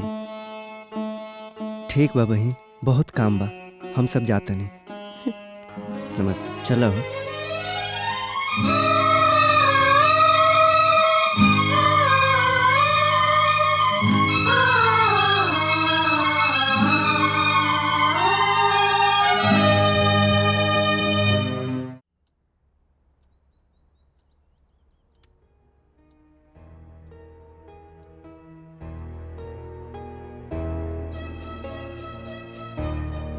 अगर कन्या का ग्रह दशा अच्छा ना चल रहा हो तो उसका असर वर पक्ष पे भी पड़ सकता है। हाय देखा बेटी, हम कहा कहले रानी। हे महाराज जी, कोनो उपाय बा? अभी भी कुछ नहीं बिगड़ा है, इस विवाह को रोका भी जा सकता है। ई का कारण बानी पंडित जी।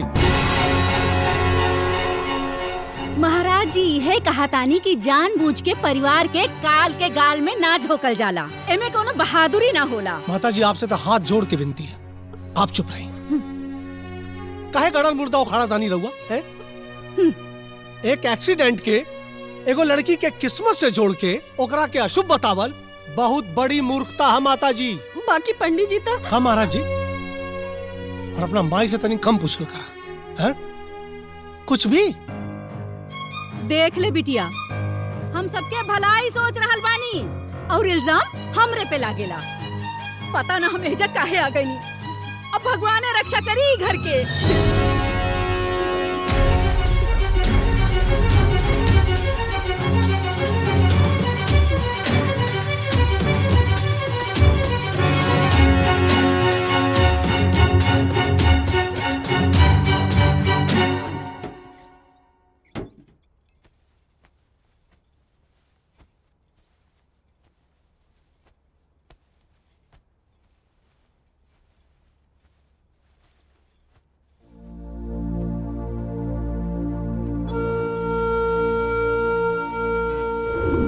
तोहरा के अच्छा घर मिल जाए तो हम मैया से मन्नत मांगले रहली, साथ घरे जाए, सबसे भीख मांगब, गावत बजावत मैया के मंदिर जाए, उनकर पूजा करब और मैया के तोहरे बियाहे के न्योता देव और कहब ई जग तोहार बा और तू ही सहारा बाड़ू।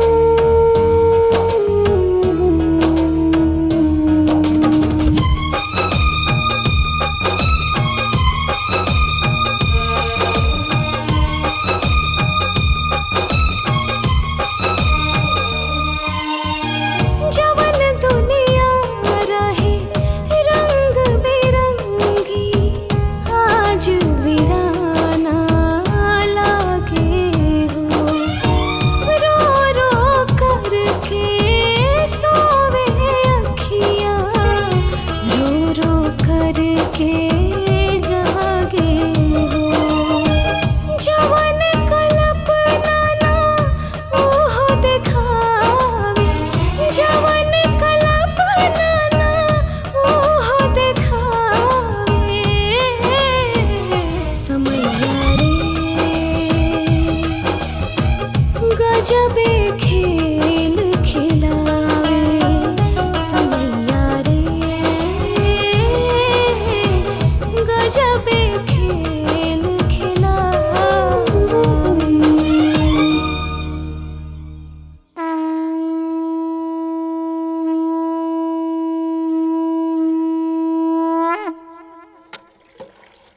साड़ी में फाल लगावे के देले बानी, ब्लाउज भी सिए के देले बानी, साड़ी के मैचिंग के चूड़ी ले आवे के बाद एक बात बताई, शादी ब्याह के दिन बा अगर टाइम पे ना मिली तो हम का पहिनब? अरे बिया बड़े गुड़िया के आए अब तोहरा के देखे के आई आए मैचिंग सैचिंग के चक्कर में पड़ल मारू। केहू देखे खातिर आवेला तबे पहनल जाला का? हाँ मौसा जी रउआ के झूठे भैंसा ना कहेले। ता जाके मौसा जी के साथे रह तू का करे। हम ना चलाई ना चली वो तो जा जा हम ना रहब का जा जा उनके घरे जाके मौसा साथे रह ना बिया फिर कही देत है। हमारे मैचिंग का चिंता ना बा जा तहर दादा भी ना उठा पहिया। ए चुप ये अच्छा ना बा।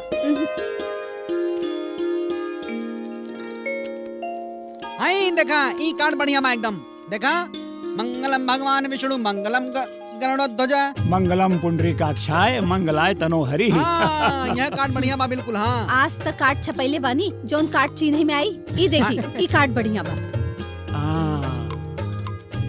सुंदर एकदम बढ़िया बहुत सुंदर यही फाइनल करा। ई देखा अरे कार्ड जौन छपल बा तौन छपल बा लेकिन कार्ड छपल रहे 1964 में हमरे दादा के ऐसन कार्ड छपल रहे लगत रहे कटवा बोल दी। अरे तू कितना बड़ा फेंकूचन बड़ा कितना फेंकेला। 1964 में तोरे दादाजी के ब्याह में कार्ड छपल रहल तोहार ब्याह भइल रहे तो कागज के एक टुकड़ा पे हल्दी लगा के न्योता आयल रहे और तोरे दादा के ब्याह में कार्ड छपल रहे और 1964 में। देखा बहुत बोलता रहा हम बुजुर्ग समझ के कुछ बोलत ना है ना तो 1 मिनट में पानी उतार देती तोहार जान लो। पानी उतार देगा हैं हम हूं तोरा के जानी लग तोरे पूरे खानदान के जानी लग भैंसा के। अरे हम तोहरे पूरा खानदान के जानी ले तोहर कमाई ना खाई ले भैंसा कहता। अरे चुप हो जाई जी। ए छोटका जीजा तू ना बड़का जीजा के बिना मतलब चिढ़ावेला। सूप होके चलनियो होके जेकरे में 72 छे। हां चुप रहा बहुत हो गए। ओहो जीजा देखो आई बड़का जीजा आई देखी कार्ड आज फाइनल करके भेजा आगे। देखी देखी हां यहां कार्ड ठीक बा कि कौन ठीक बा आए आए। अरे वो जौन दिखौले रहली वो है। हां हां ई ठीक बा। का भइल मामी कोनो कार्ड सिलेक्ट भइल? ना बबुनी हमनी के समझ में नहीं क्या होता। ला तू देख कर पसंद कर ला।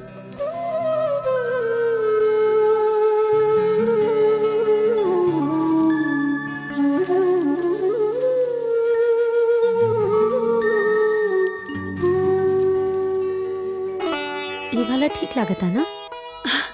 हाँ अच्छा बा। हाँ बहुत सुंदर एकदम सुंदर। हाँ ठीक हम तो पहले ही कहते रहने की बहुत अच्छा बा। हाँ सुना हलवाई 2 महीने और बढ़ा लिया सामान पूरा का जगह भरल बा कोनो कमी ना हो जल्दी से बनाओ खाना। ठीक सुना और हाँ राशन का जितना सामान दिया अच्छी क्वालिटी के दिया और चावल बासमती वाला दिया ठीक है चाचा। हाँ। और पैसा की चिंता मत करिए वहीं देखा चाय पिया लोगन फुल इकट्ठा पेट हो जाई। चाय पी के एकदम मजा आ जाला है। अरे चाय तो लोग पियबे करल। हाँ बाकी चाय तो हम पहले रही 2004 में अपना बहिनौरे पूरा मिजाज गदगदा गइल रहे भैया। जिंदगी भर बिना मीठा और दूध के चाय पीले बाड़न और आज कानून बघाड़त बाड़न। आई हो दादा पाहुन चाय तो खत्म हो गइल बा अब हम भेजवात बानी। अरे बा तोहार कोनो गलती ना हमारी किस्मत के गलती बा। जा जा जल्दी से भेजवावा शरीर में ना रहुआ भी ना पाहुन ठंडी लागत बा जा जल्दी जा।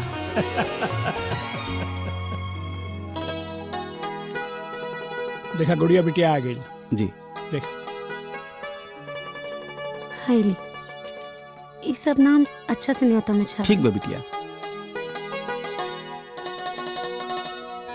भले न्योता के कार्ड विदेश में काहे ना छपावे के पड़े बाकी हमार बेटी के ब्याह के न्योता सोने के पानी से ही छपवाए के चाहिए।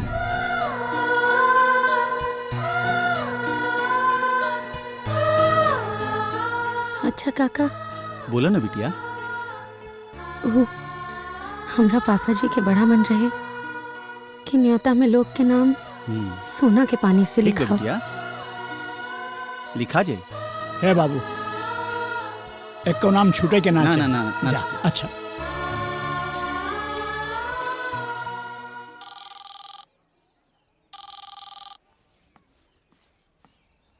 हेलो। हेलो, कैसी हैं आप? मैं अच्छी हूँ। हाँ, अपना ख्याल रखिएगा। जी। गुड़िया। जी पापा। सब ठीक बाने बेटा? जी पापा जी, सब ठीक है। प्रणाम। खुश रहा बेटा। कौनो दिक्कत हो, कौनो परेशानी हो, हमरा से कह दिया। तोहर पापा हैं हम। जी पापा जी। ठीक है बेटा, अपन ख्याल रखे। जी, प्रणाम। खुश रहा बेटा।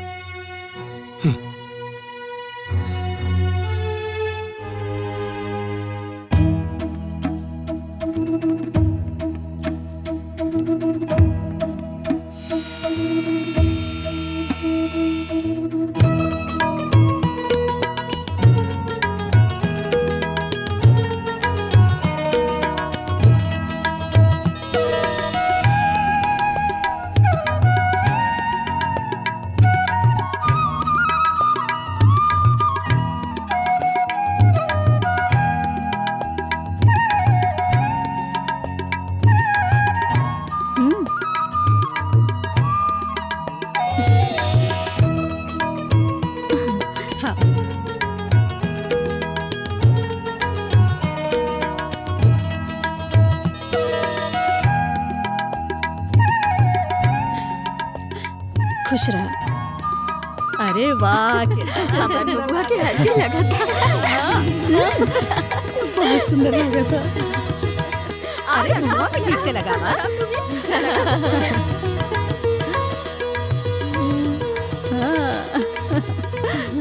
अच्छा से लगावा, ठीक से मुँहवा पे लगावा। जहीं सा उपटन लेके आवा जा, खत्म हो गई। अभी लेके आओ। जा। बढ़िया से लगावा, सुंदर बना था एकदम।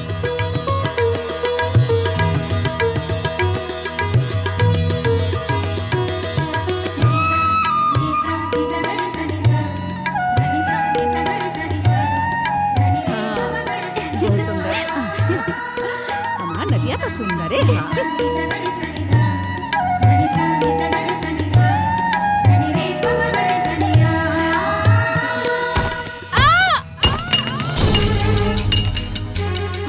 भाभी।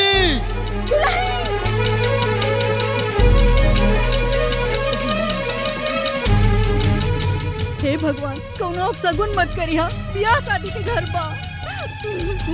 खुश न हो रोई मत, सब अच्छा हो। अब शगुन न करें भगवान, बस।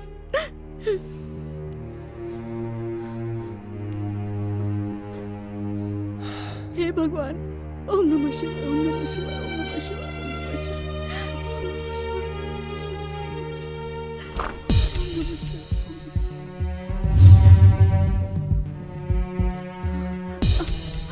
का भइल डॉक्टर साहब? आई एम सॉरी, बच्चा मिसकैरेज हो गया। तब बच्चा गिर गई। जी हाँ। देख लो लोग, हम का कहत रहनी, कहले रहनी अब सगुन होगी। कहले सुनने रहता था आज। हो गए जो लोग कहत रहनी, जो के डर रहे वहे हो गए। अगर कन्या का ग्रह दशा अच्छा ना चल रहा हो तो उसका असर वर पक्ष पे भी पड़ सकता है। हम एक बार कह देनी, बारात वहाँ ना जाए तो ना जाए, वहाँ शादी ना होई। अरे हमार बात सुना, देखा ओकर हमनी के अलावा केहू नहीं के। हमरा के कुछ लेवे देवे के ना बा, ओकर के बा के ना बा। माँ बाप सब चल गए, क्या होकर हमनी के अलावा? हम रवा से कह देनी ना, ओकर से बियाह ना होई। रवा फोन करके मना कर दी। रवा अगर जीत गई ना तो हम अपन जान दे दे, जान दे दे, शांत रहो, जान दे दे माँ। अरे बात सुना, अरे सुना, अरे कहाँ जाता रू?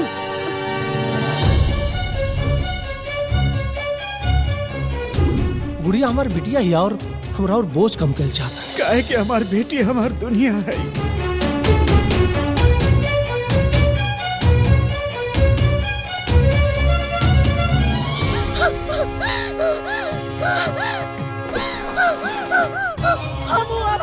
कुछ सामान यहाँ ना रह दे, कुछ ना रह दे, अगर कुछ निशानी यहाँ ना रह दे, कुछ ना रह दे, कुछ निशानी ना रह दे, ना रह दे।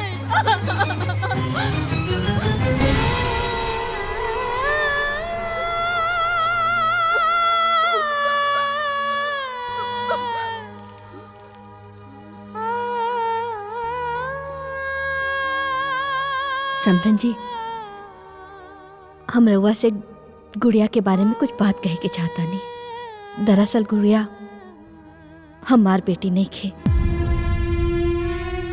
गुड़िया एगो अनाथ बच्ची बिया, जिकरा के पाल पोस करके हम बड़ा कईनी और कोशिश कईनी कि गुड़िया के एगो माई की कमी कबो महसूस ना होखे।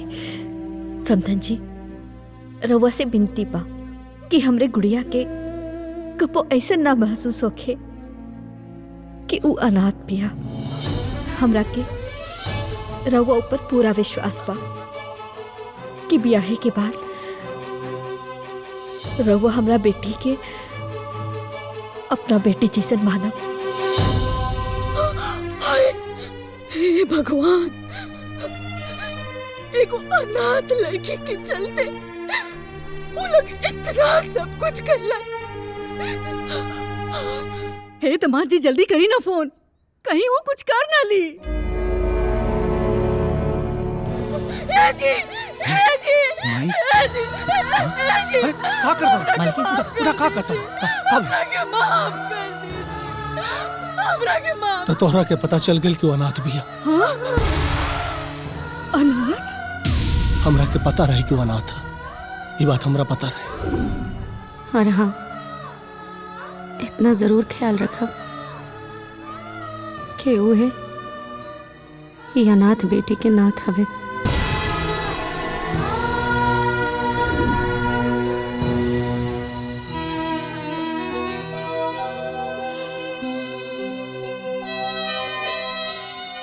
हम कितना बोलत रहनी अब सगुनी। हे प्रभु, क्षमा करो, माफ कर दीजिए। ए बेटा, हाँ माँ। बाजा वाले को फोन कर, अब बारात जाई।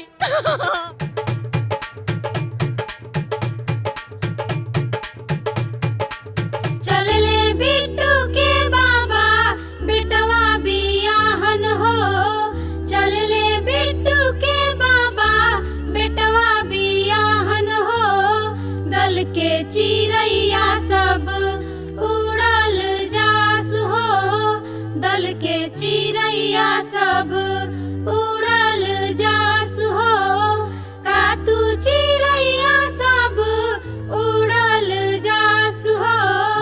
हमहू त जात बानी, बेटवा बियाहन हो। हमहू त जात बानी।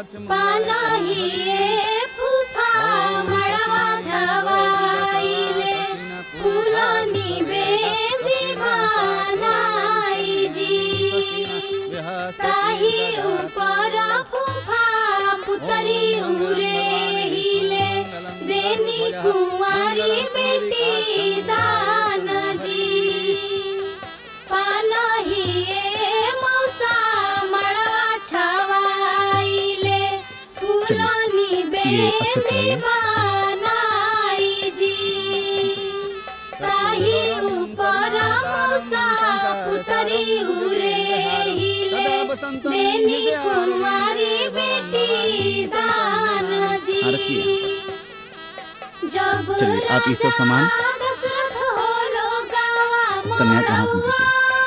भीरी हो गई गह गह करे हो लगले राजा खड़े हो जाइए। जनक जी के दुआ ये हाथ में अक्षत लीजिए अरे जब और अपने पीछे फेंकिए। दशरथ हो लोग ओम पृथ्वी शांति। हाथ जोड़ के प्रणाम कीजिए।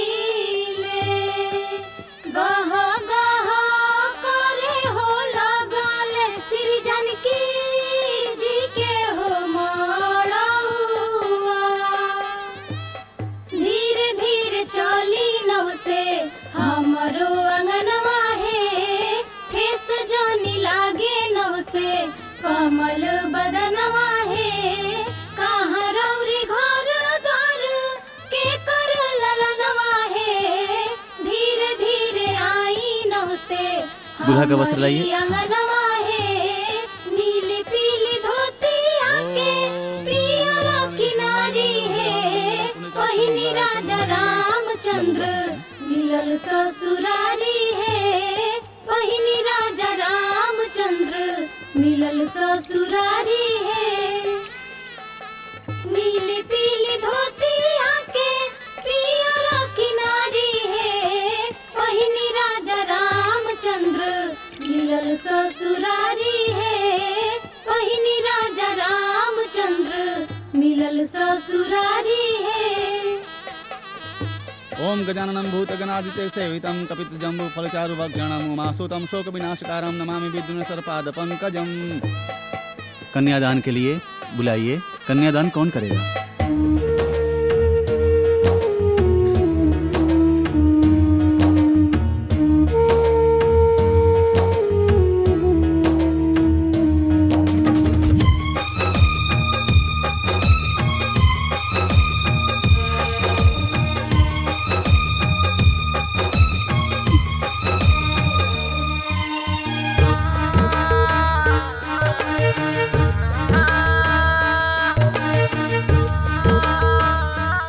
पापा जी माई खश रहुआ लोग हमरा पास रहती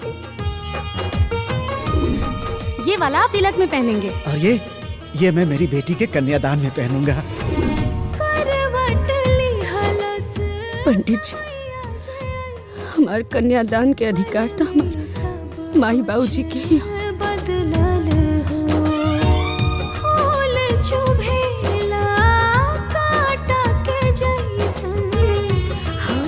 भाई को बुलाइए।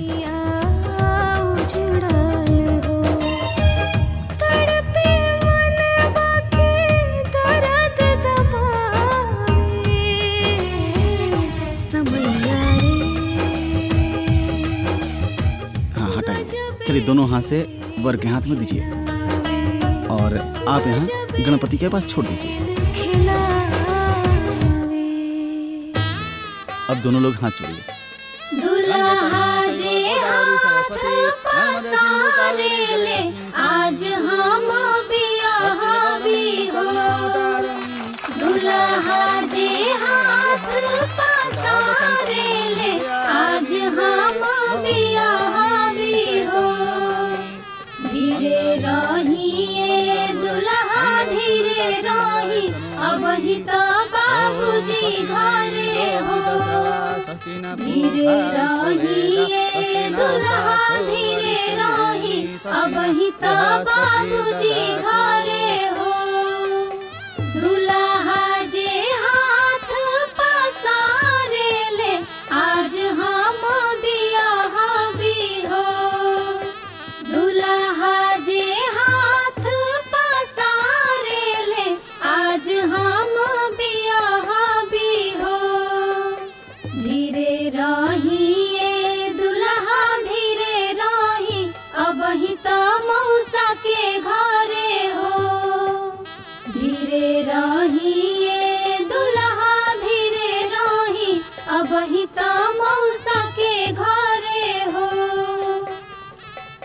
चलिए सिंदूर दान कीजिए। अमबाड़ी ठाड़ है उठी राजा रामचंद्र करी से नुरदान है उठी राजा रामचंद्र करी से नुरदान है सुन के सिंहर वाली हले फुआ बाड़ी ठाड़ है उठी राजा रामचंद्र करी से नुरदान है उठी राजा रामचंद्र करी से नुरदान है। विवाह संपन्न हुआ।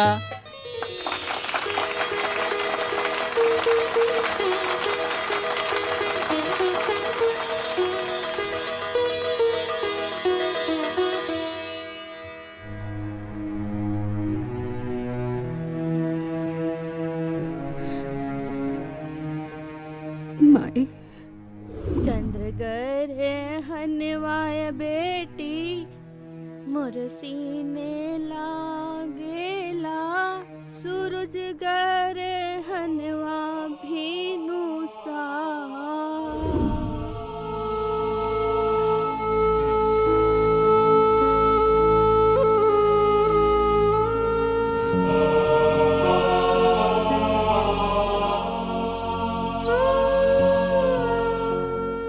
अब रउआ लोग के बेटी अपना नैहर से विदा होके जा रहल बिया। अपना दिल पे पत्थर रख के हमरा से जितना भई रउआ लोग के अरमान के पूरा करे की कोशिश कईनी। अगर रउआ बेटी से कोनो गलती भइल होके तो माफ कर दे।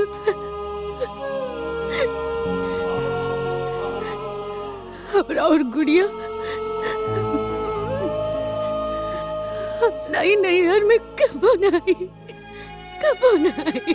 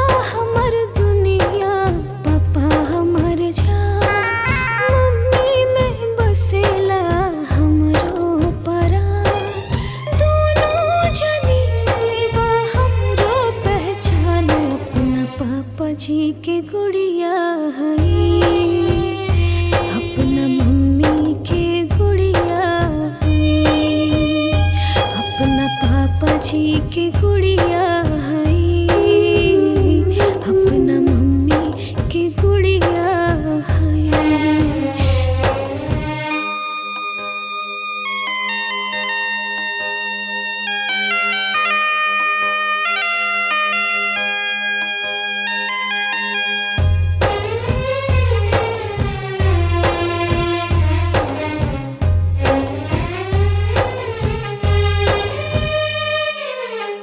छूटल जाला हमरा से अब नैहर के जहान हो पूरा कईनी मम्मी पापा के रहे जे अरमान हो मम्मी के याद अंगनैया छूटे पापा बिना आज हमर डोली उठे के काहे गुड़िया के राखी हमर ध्यान अपना